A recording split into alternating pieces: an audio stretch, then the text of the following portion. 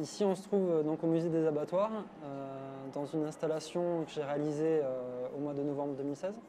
Cette installation, elle s'appelle Abyss et elle est tirée, le titre est directement tiré du film Abyss. En fait, j'envisage mon travail comme elliptique et le récit se construit dans les relations qu'il peut y avoir entre certaines pièces. Il peut aussi se construire dans l'évolution du travail, c'est-à-dire qu'une pièce peut en amener une autre, puis une autre, puis une autre, et c'est comme ça qu'un scénario peut s'écrire. Mais le récit est aussi présent dans la relation assez tendue qu'il peut y avoir entre les différents éléments que je mets dans des expositions ou dans des installations. C'est-à-dire qu'ils vont former, ils vont dialoguer ensemble. Et c'est aussi au spectateur de venir se raconter son propre récit, de venir se construire son propre scénario avec les indices que j'ai pu laisser en suspens.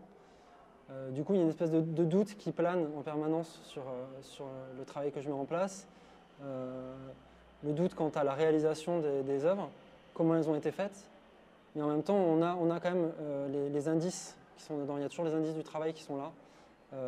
C'est une manière pour moi de montrer l'envers du décor aussi du travail que je trouve primordial dans une œuvre d'art, c'est-à-dire qu'on a toujours le besoin de savoir comment une œuvre d'art a été conçue pour aussi la comprendre.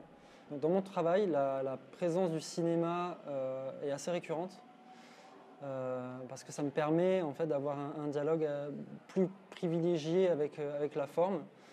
Et en fait, le cinéma a un vocabulaire qui m'intéresse et que j'arrive à transposer autant dans la sculpture, évidemment dans le traitement vidéo, mais dans d'autres médiums. Une transposition qui peut paraître un peu décalée du cinéma dans la sculpture, mais en fait, ça me permet d'engager l'idée du geste dans le travail, l'idée du mouvement.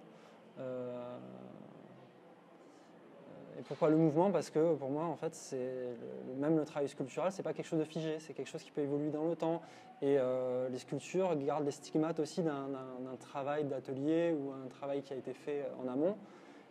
Et tout ça, je trouve que ça participe à la vie de l'œuvre, en fait.